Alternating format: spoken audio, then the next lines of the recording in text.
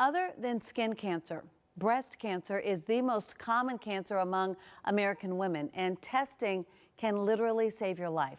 When it comes to an annual mammogram, accuracy and peace of mind are key.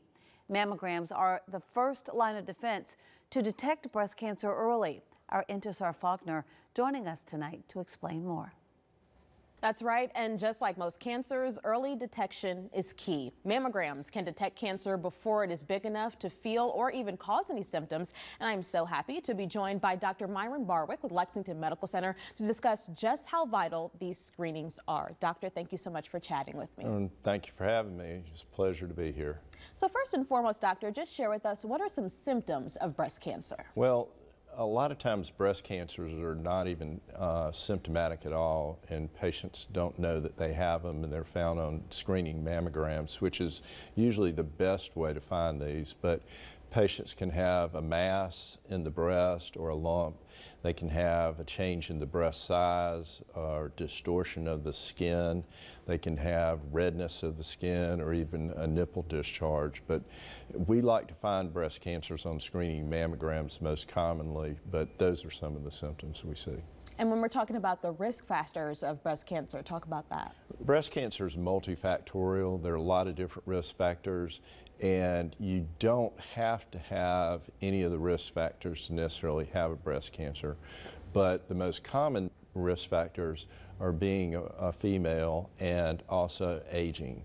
And as you get older and as being a female, it's more common to see breast cancers in those patients.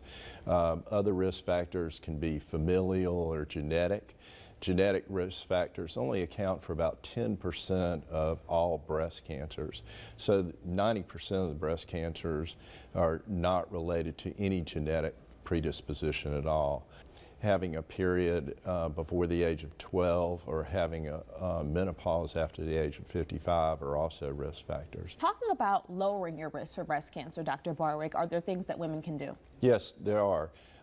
One of the things that is important is staying active, and part of that, as you get older, you tend to not be as active. It can increase weight gain. It's been shown that postmenopausal women that do gain weight do have slight increase in breast cancer risk. Decreasing alcohol intake is a good way to reduce your risk also. And lastly, doctor, talking about mammograms, what do you think is the best time to do so, or when should you just start having that conversation with your doctor? Well, there are a lot of conflicting organizations out there as to the date of starting your mammogram, but generally most of the recommendations are to start around the age of 40 to 45. And it's something that you should talk with your doctor about, because each person may have a different risk factor, and that may start your mammograms a little bit earlier depending on your familial history. Breast cancer is something that no woman wants to have that diagnosis. It's a difficult diagnosis, that it's one of the largest stressors that people are going to have during their lifetime.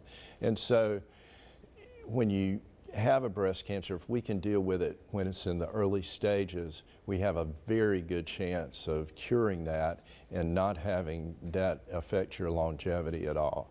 And so early detection is key. Dr. Barwick, thank you so much for this information, and we'll have all of this listed on our website as well with this story at wistv.com/healthyou.